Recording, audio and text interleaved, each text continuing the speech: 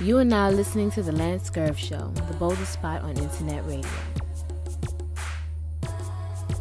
Welcome to another episode of the LanceScurv Show. I woke up this morning and saw this article, and I felt that we need to talk about this. It may seem as though it's something trashy, but it's not, because, you know, there are a lot of things that I see in our community and a lot of things and experiences that I've gone through, and I think this is going to be very important. But bear with me. The title here from Rolling Out is, Are You Going to Hashtag ATL Orgy? Atlanta Swinger Slumber Party Goes Viral. In a city like Atlanta, where the rate of new HIV infections is being likened to a third world country, the hashtag HTL Orgy has set Black Twitter on fire. Apparently, the whole thing started with a very raunchy online birthday party bash for a black woman named Sydney G. She announced on the website Kundalini Cack that she will be having a sex party on March 18th and March 19th, 2017.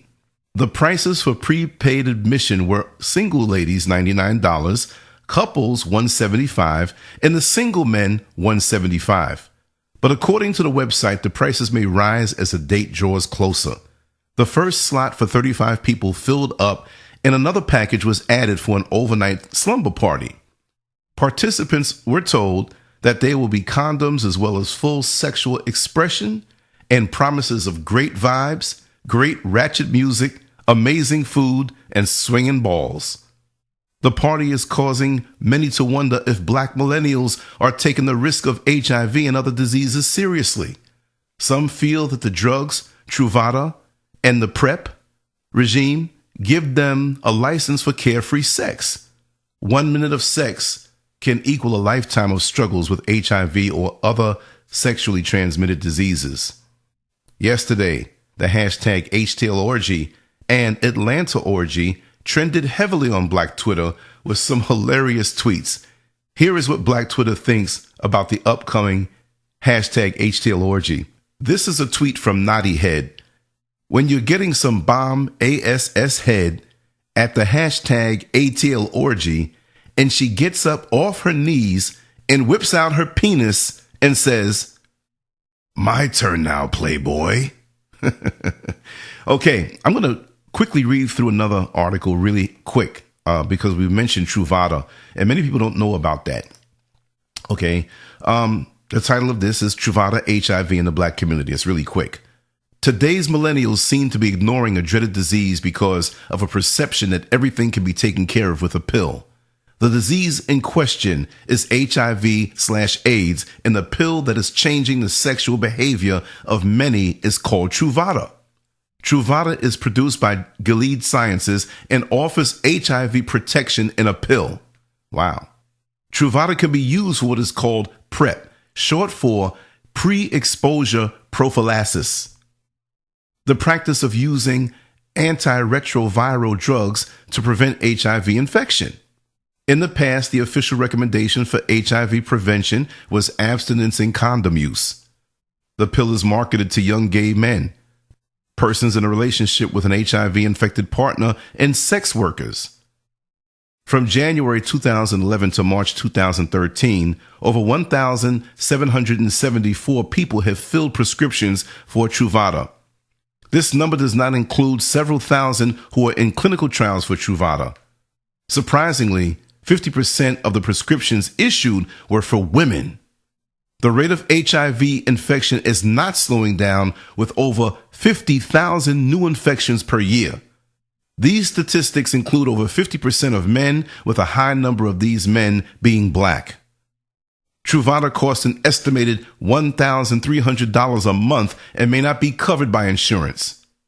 The price of the drug is one reason it is not seen in more communities of color who are affected by HIV and AIDS. This article goes on to have an interview with someone who is an expert in Truvada, and I'll post them both. But now, back to hashtag HTL Orgy. I had to speak about this because sex is recreation in 2017, it seems like. I remember when AIDS first came out, or it was first noticed, HIV, AIDS, Kaposi sarcoma. That's what it was called. And the perception was that it was a white gay male disease.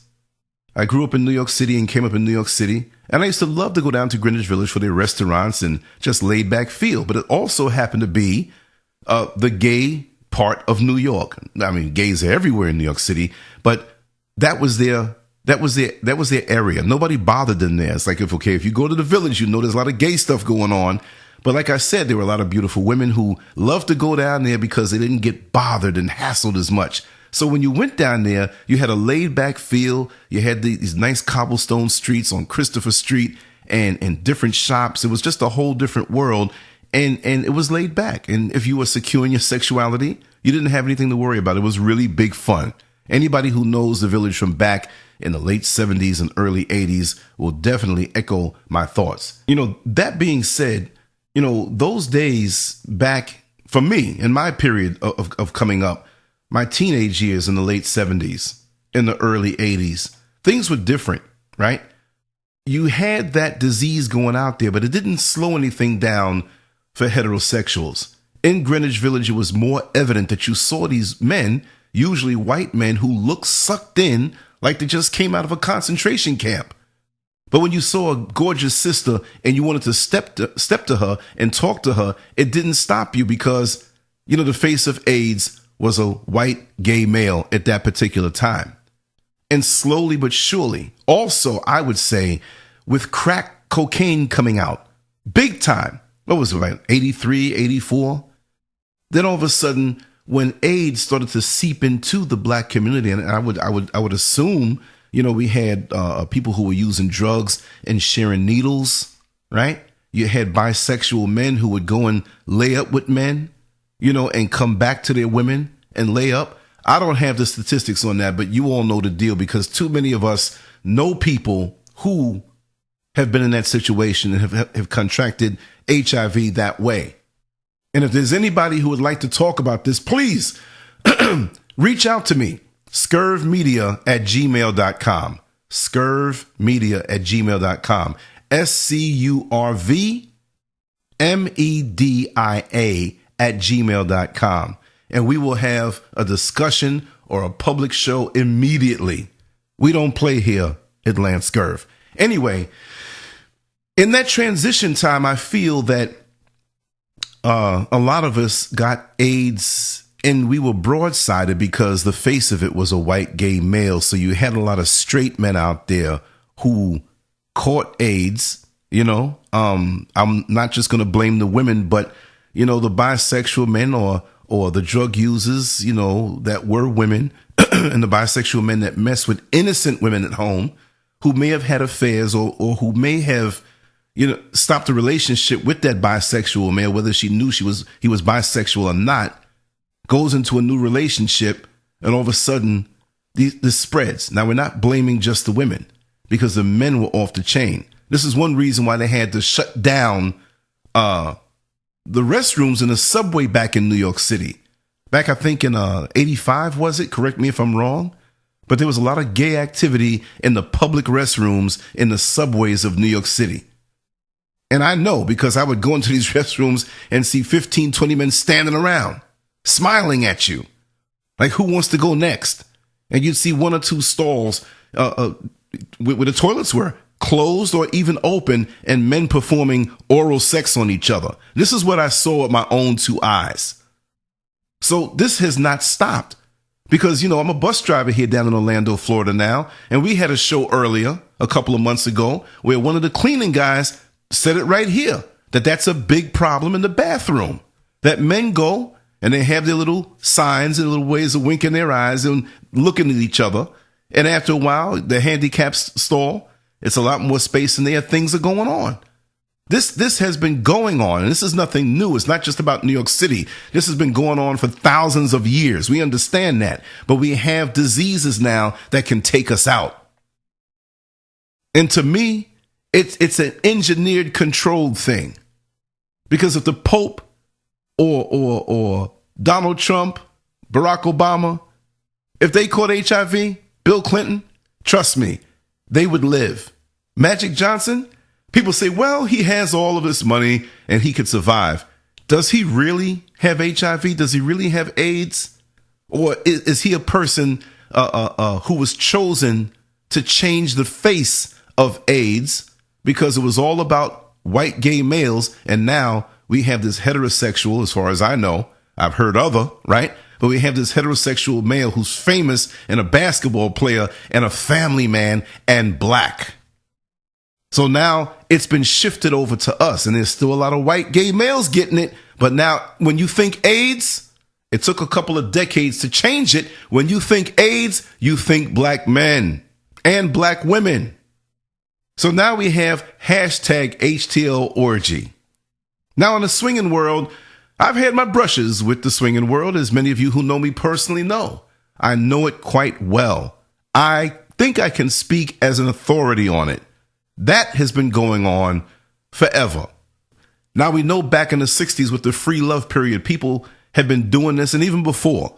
It's been hush-hush back in the 50s and 40s, but in the 60s it came out more. We started to have these orgies and these parties, and it never stopped. Many of these older women and older men that we look at sitting up in church, good afternoon, Mr. So-and-so, good afternoon, Mrs. So-and-so. Back in the 60s, they were swingers. You just never know. But this is nothing new. So people who look at this article and say, oh my God, what are they doing? Trust LanceScurv. This has been going on in full force since the beginning of time. Well, maybe not that far back, right?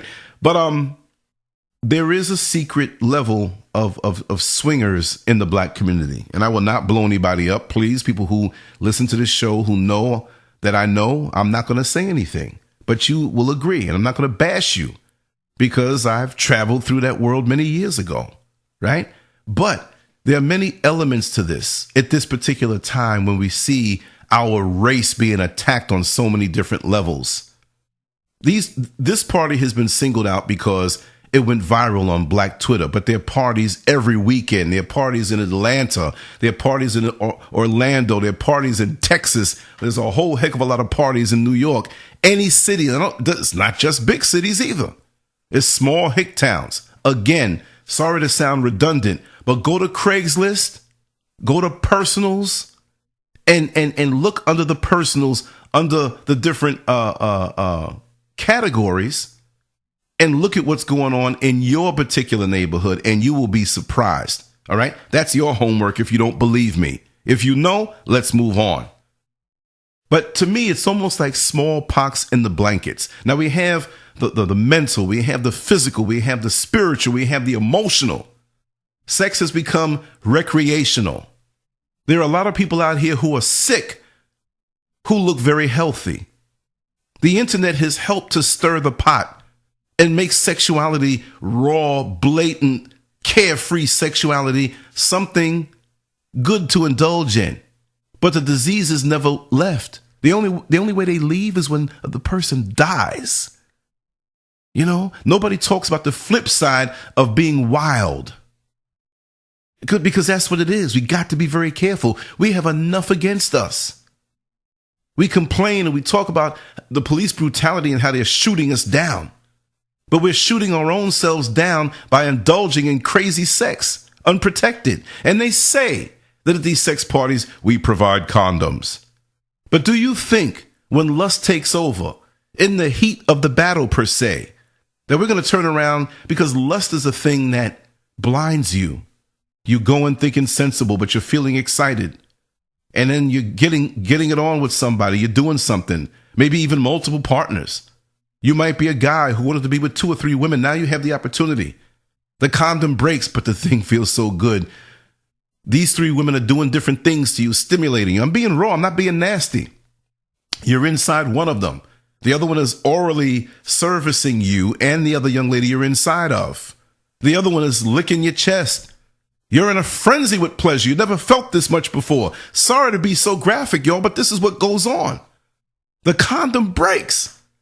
You're not stopping this. This thing feels too good. Now the condom broke. In the middle of it, the young lady you're inside knows it broke. Now she's feeling your raw flesh.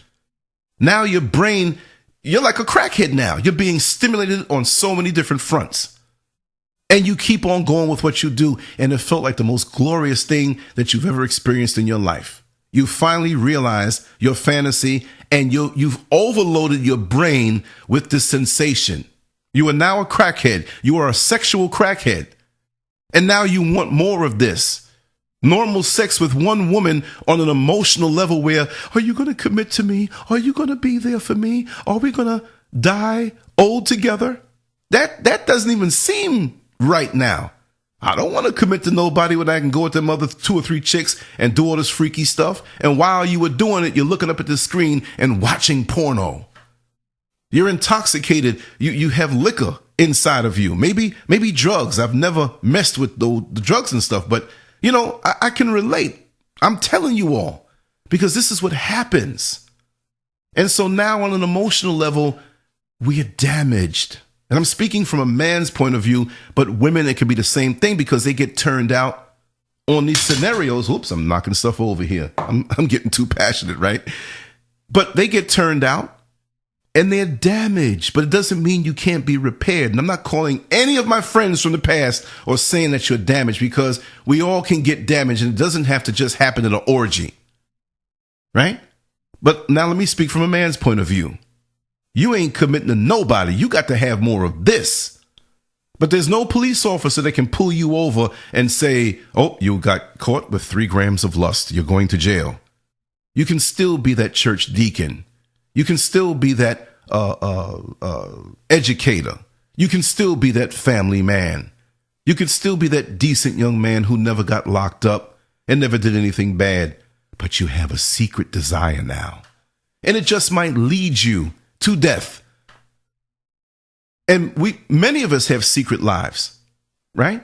Now let's go on to the spiritual level. We're emotionally damaged anyway now, right? So we're not trying to commit. We're trying to, the very thing that gave us this bliss, we want to run back and get more of. We go on the computer and we see porn.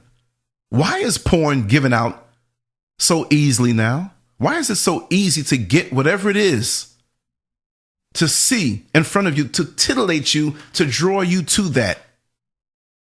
It's almost like porn, free porn in 2017. I would call it the fetish development program. Stuff you weren't even thinking about before. You go on and you go to YouPorn or RedTube or whatever it is. And I'm not paid to advertise these, but if you haven't, look, I'm not even going to tell you to go. It might be like that first hit of crack. You might get hooked. But trust me, when you go on there, you might be curious and looking, and in the sidebar in the bottom, you see something more. And you say, let me see this and let me see that. And now you want to come home every night. You have no time for this relationship. You start masturbating. You're a chronic masturbator now. And you tell yourself, well, there's nothing wrong with that. You're just stimulating yourself. Now, if you're in the bedroom and maybe you need to use your hand to help get yourself up, older fellas, well, the focus of your passion is on your woman, and it should be the full emotional connection, not just the lust thing, right? And me, who have done the lust thing for many years in my younger years, right? I can tell you there's nothing like the full relationship. That is a gift from God. There is nothing wrong with sex. Let's just say that. Many feel guilty about it.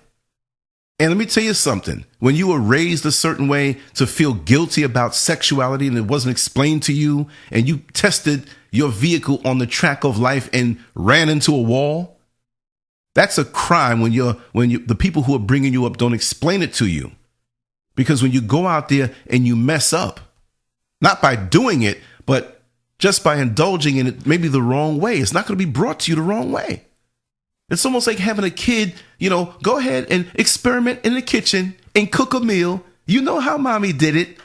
And you go out in the backyard to talk to your girlfriend or smoke a joint, and your kid burns the kitchen down because they can't handle the power of a stove with a gas fire electric and the high temperatures and mixing the food. You might have bleach soup up in that bad boy. You have to guide our youngsters, right? So many of our sexual experiences, I'm not saying it has to be under the care of a parent because that's sick, but we're not armed in our head the way we need it. And so we go out and usually it's a disaster, or usually it's something where we're taken advantage of because we don't know the danger signs to get away from that molester. So now we come up with these secrets and we're already prepped for something dysfunctional to happen with us on a sexual level. And like I love to say that we work hard to appear to look normal, but we don't know what's going on in somebody's head. There are people who I've met who appeared so like perfectly normal. And let me just say, there is no normal. That's the place we meet where we hide our dysfunctions. Let's act up to the standard. But there is no normal. And see, so I'm talking things that may be a shock to many people, but I'm going to be real and raw with it. I'm going to be that sacrificial lamb. So you can say, oh yeah, what he's saying is right, but I would never say anything like that. That's what I do. That's why I can speak so freely. And brothers and sisters, I'm sharing this not to be lewd, not to point anybody out or make anybody feel bad, but it is what it is. This is what's out here because sex in 2017, reckless, irresponsible, non-emotional, non-spiritual sex is killing us. In 2007, it's been killing us, but it's getting worse. And they spoke about millennials. I wouldn't throw off on them, right? But I will say with millennials, they're coming up at a time when focus on these diseases has pulled back because anybody who could remember way back in 83 and 82 and 84, AIDS was on the front of every magazine. It was on the front of every newspaper, and you couldn't cut the TV on at night and not hear about people contracting this mysterious disease. And it was frightening, and it made society wake up, and they backed up. We had like a period of a few months or 2 or 3 years where people were like, oh no, I'm not having sex with nobody. I don't want to die. But even before that, herpes came out. And that's the thing you couldn't get rid of. And after a while, that didn't work to keep us curtailed in our sexuality. But then when AIDS came, I knew that nobody was going to take a chance with that. Now look at us.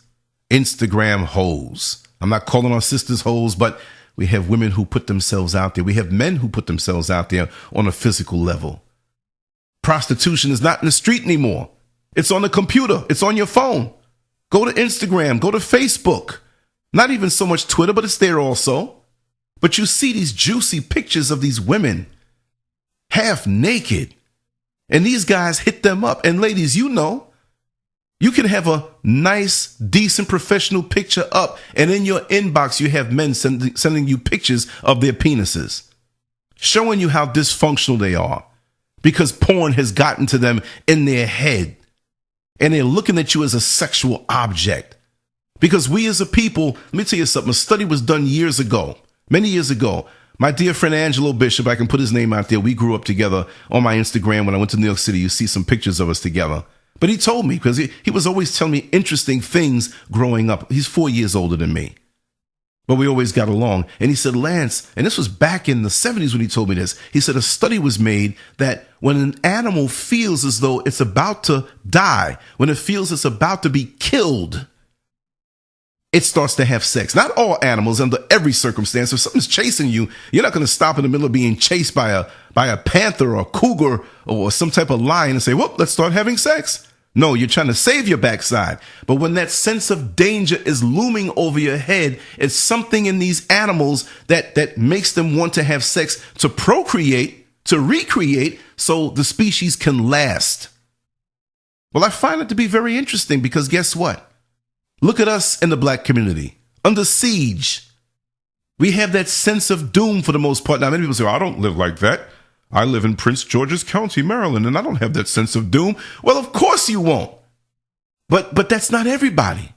And even for those of us who are learned and those of us who are accomplished on a financial level, you know that when you go anywhere out in the world, you can't wear your credentials on your arm.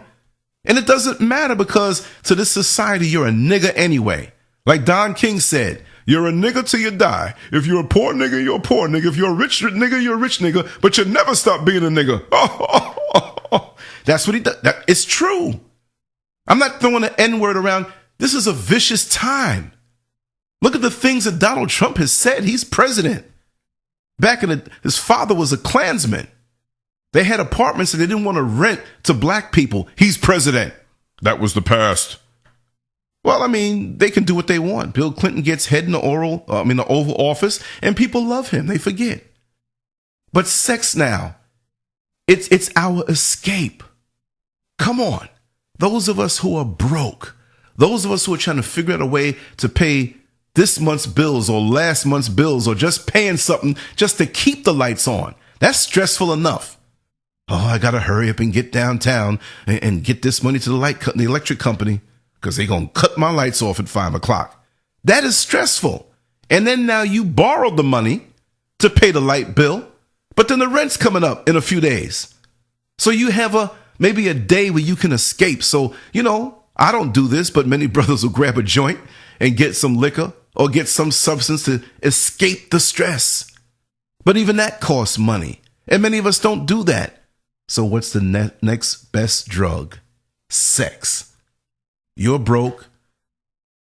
She's broke. You both are stressed. You make the call. Hey, girl. What's up, baby? I had such a stressful day. I just paid my last bit of money to keep the lights on and stuff, and I'm broke. What's up? Well, baby, I got 2 TV dinners over here, and I got a couple dollars, if you need. I got an extra $10 if you need it. Why don't you come on over and spend the weekend? Oh, that sounds so good. But I'm broke, though. I'm serious. I'm broke. It don't matter, baby. I think we can find something to do this weekend that will take our mind off of all the pain. So come on over to Mama. We'll take care of it. When are you free? I'm free now. All right. I'll make a stop, and I'm going to come on over there. But you're good, though, right? Yeah, I don't need nothing from you, baby. Just bring you. We'll escape. And there you have it. A sexual union driven by stress. Recreational. Something to release. See? And adults are going to be adults. I'm not knocking you. I'm not judging anybody. But I'm just saying, look at it from that angle. That many of us, especially black men who want to be men, we see the billboards with that sexy, beautiful woman standing next to that luxury car. And most of us can't even get a part-time job now to keep a roof over our head or to keep a room around us. It's hard paying for a room now for many of us. And we have to take this beat down. Maybe some of us did make bad choices, right? But now we see these advertisements and we see our gentrifying neighborhoods, other people moving in and not looking at us with respect. And just like a woman needs security, a man needs respect. But we find ourselves in a condition, in a state of being where we don't get that respect, more or less. The images on the news are put out there. We're thugs and criminals or effeminate. We're nothing. Walk all over them. Why do we have to give you respect? And here we are sometimes begging for respect from people who don't even love us. Heck, we try to beg respect from our own people, and lots of our own people don't love us. So it goes many ways. But there's always that sex. And so while it seems as though I'm far off of the Atlanta orgy hashtag, this is all tied in because it's a driving force to push us toward raw, uninhibited, uncensored, and worst of all, unprotected sexuality. And we find out something's not right with us. I've been on the bus many times and heard people on that phone call telling someone else in tears that they're HIV positive or they might be. That's not a pretty thing. But then we have the emotional, like I touched on earlier, that we get so desensitized on an emotional level because we go right to the sex that we don't have time to bond anymore. We don't have time to search for this thing called love anymore, especially many of our sisters. So they get into the sex also because they've been hurt by men, usually from younger ages, that uncle, that father, that neighbor who may have violated them on so many different levels, whether it's physical or not. So they may say, hey, this is what you want. I'll get down with you. This is what I'm going to give you, but you got to pay me. Or they get into it so desensitized that they're destroying themselves and they'll never be ready for a full relationship, the full relationship that they desire, because they have been damaged and they allowed themselves to be damaged. I'm not saying we are damaged or calling or throwing off on my sisters, but a lot of us are damaged, men and women. There's the mental aspect. Fellas, you know, you juiced up off of porn, watching it all night, putting it in your head, watching it. We have our phones now. I heard a guy on the bus the other day said, man, I was stressed at work, man, so I had to take my phone, go in the bathroom and take care of business. The stress had nothing to do with you doing that. You chose to do that because masturbation these days has become the drug of choice. And then after that, then what? You still have to face a situation that you were trying to escape from. The same with drugs. But emotionally, we're disconnected. It's something that you do to get off. And that's it. There's got to be repercussions. There's got to be some payback for what we do. Because every action has a reaction. And we're so messed up on that level. Like I said before, orgies have always been around. And the world has survived. But many of us are damaged sexually because of this. Now let's talk about it on a spiritual level. Atlanta, anybody with a modicum of awareness on a spiritual level will not even argue with me when we know the whole country has different strongholds over different cities. But Atlanta definitely has some type of spiritual stronghold on a sexual level, more so on a gay level. It's one of the strongest black cities in the United States, if not the strongest. There's a lot of money going on through there. You know, I mean, it's like the black Mecca of the United States. Not just Atlanta, but nobody would argue with that. So why is it that there's so many new cases of HIV there? We're under attack. And we have orgies and we don't realize it, that we're under attack, that this is not about fun and games. The whole gay thing, yes, but look at it this way. Sex in general. I mean, it oozes sexuality up there, all different types of freakish sexuality. You don't want to go to Craigslist and look what's going on in Atlanta. God, dog, there's some things I saw, I didn't even know what the heck it was. And I don't want to know. I'm so glad that I made it to this point in life with a clean bloodstream. No way. Not me. I see things. I'm like, what? I talk to a lot of people and they tell me all the different things that are going on. And some of us done lost our minds. But we are so desensitized. And on a spiritual level, we're sucking the life out of our souls. Because we get involved in these things and you can't tell me. And I've had experiences that were supernatural, otherworldly experiences during scenarios like that, where I saw the light and it scared the dickens out of me, scared the mess out of me, right? So when you have devil worshipers having their symbolic orgies and you have sexual energy flowing, those of you who understand that we have good and evil and we have forces out here that are unseen. There are forces who, I hate to use this word, but they're sucking from the energy that you give off. And they're giving you more of something back to enhance you, to drive you more. The plant gives you carbon dioxide. It's great to have plants around. Well, we breathe out that, but we suck in oxygen. And the plants help to enhance the oxygen. So it's a mutually beneficial relationship to have trees, lots of trees around, plants in our homes. But we have entities that we can't see around us that may seem to be mutually beneficial to us, whether we know they're there or not. They whisper thoughts in our head. They whisper thoughts in somebody else's head. We get down and have freakish sex, and we give off an energy that they feed from. And they bring people to us. When you're on a roll that way sexually and you're living that lifestyle, it's easier for other people who have those desires to connect up. All it takes is just to download their glare. Look them in the eyes and you can read so much. This is why so many down low brothers can do what they do.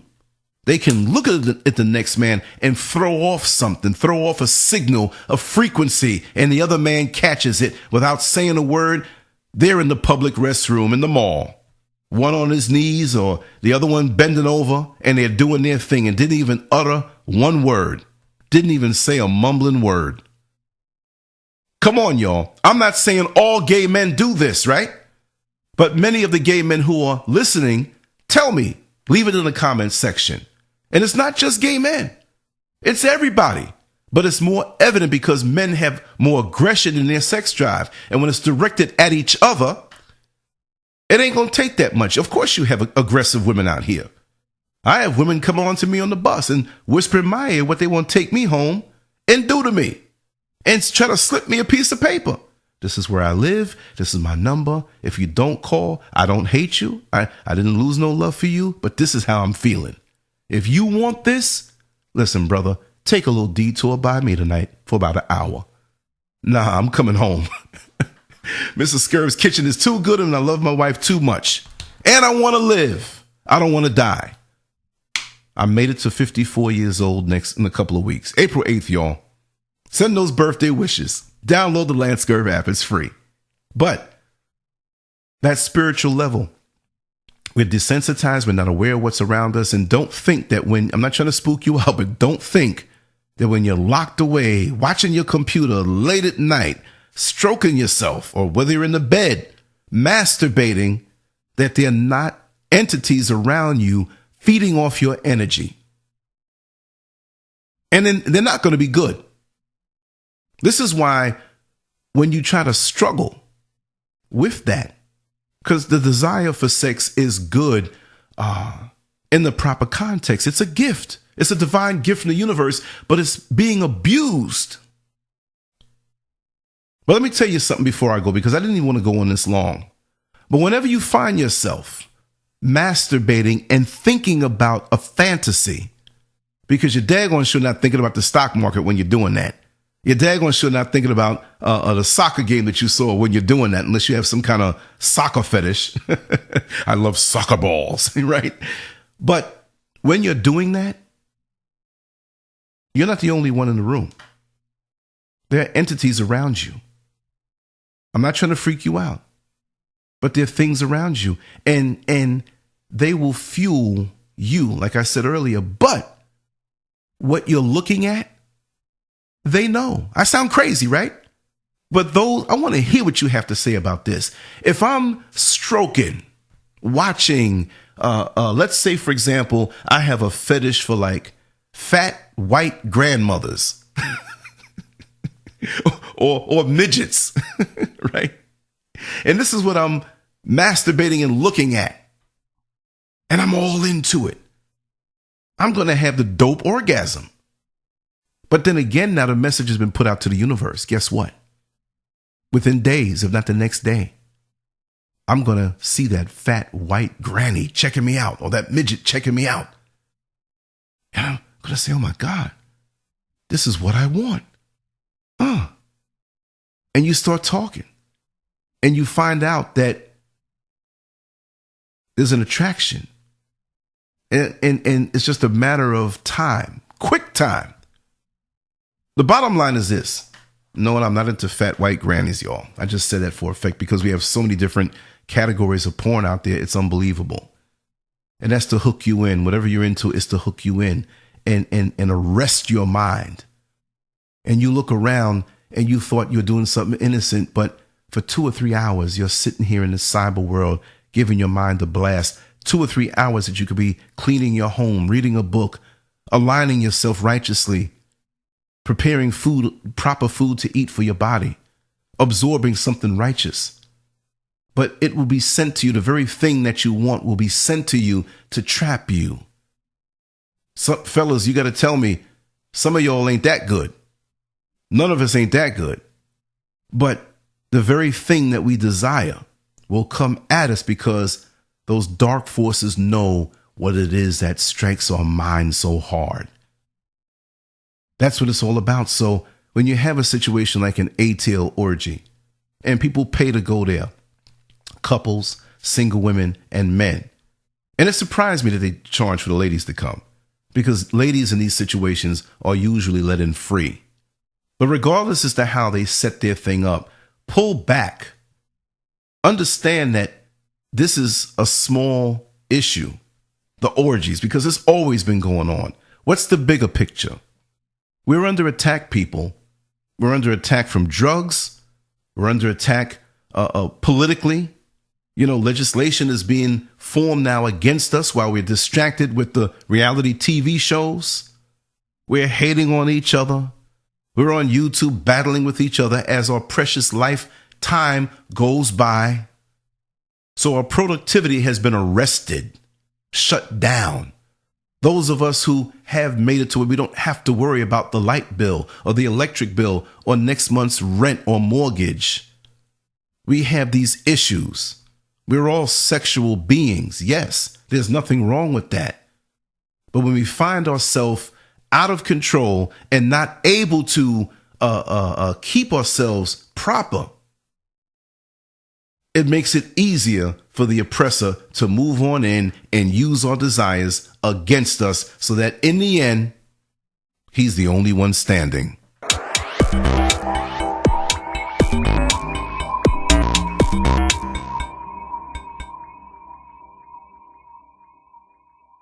Make sure to check out the boldest blog at LanceScurv.com and follow Scurv on Twitter, Facebook, and YouTube under LanceScurv.